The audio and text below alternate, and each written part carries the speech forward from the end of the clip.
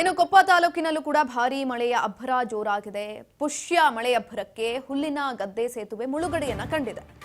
ಕೊಪ್ಪ ತಾಲೂಕಿನಲ್ಲೂ ಕೂಡ ಭಾರೀ ಮಳೆಯ ಅಬ್ಬರ ಇರುವಂತದ್ದು. ಹಾಗಾಗಿ ಅಲ್ಲೋಲ ಕಲ್ಲೋಲವೇ ಸೃಷ್ಟಿಯಾಗಿದೆ. ಪುಷ್ಪ ಮಳೆ ಅಬ್ಬರಕ್ಕೆ ಹುಲ್ಲಿನ ಗದ್ದೆ ಸೇತುವೆ ಮುಳುಗಡೆಯನ್ನ ಕಂಡಿದೆ.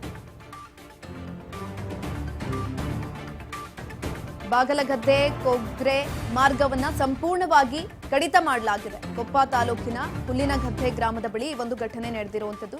ಸೇತುವೆ ಮೇಲ್ಗಡೆ ಈಗ ಆಲ್ರೆಡಿ 3 ರಿಂದ 4 ಅಡಿ ನೀರು ಹರಿತಾ ಇದೆ.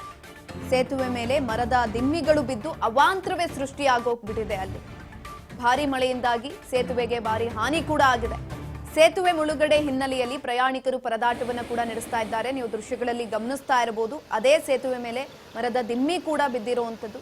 ಒಂದ್ ಕಡೆನಲ್ಲಿ ಡ್ಯಾಮೇಜ್ ಕೂಡ ಆಗಿದೆ ಸೇತುವೆಗೆ. ಇದರಿಂದ ಮಳೆಯ ಅಬ್ಬರಕ್ಕೆ ಅಲ್ಲೋಲ ಕಲ್ಲೋಲ ಸೃಷ್ಟಿಯಾಗೋಗ್ಬಿಟ್ಟಿದೆ. ಅಲ್ಲಿ ಓಡಾಡುವಂತಹ ಪ್ರಯಾಣಿಕರು ಅಥವಾ ಆ ಒಂದು ಮಾರ್ಗದಲ್ಲಿ ಓಡಾಡ್ತಾ ಇದ್ದಂತ ವಾಹನ ಸವಾರರಿಗೂ ಈ ಸಂದರ್ಭದಲ್ಲಿ ಕಷ್ಟ ಆಗಿರುವಂತದ್ದು. ಹಾಗಾಗಿ ಸ್ಥಗಿತ ಮಾಡಲಾಗಿದೆ ಸಂಪೂರ್ಣವಾಗಿ ಸೇತುವೆಯನ್ನು. ಇವಾಗ ಆ ಮಾರ್ಗದಲ್ಲಿ ಯಾರು ಕೂಡ ಓಡಾಡ್ತಾ ಇಲ್ಲ. ಅಷ್ಟರ ಮಟ್ಟಿಗೆ ನೀರು ಹರಿತಾ ಇದೆ.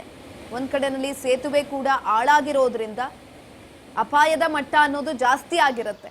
ಈ ಹಿನ್ನೆಲೆಯಲ್ಲಿ ಪ್ರಯಾಣಿಕರು ಪರದಾಟವನ್ನ ನಡೆಸ್ತಾ ಇದ್ದಾರೆ. ಏನ್ ಮಾಡಬೇಕು ಅನ್ನೋದು ಗೊತ್ತಾಗ್ತಾ ಇಲ್ಲ ಅವ್ರಿಗೂ ಕೂಡ.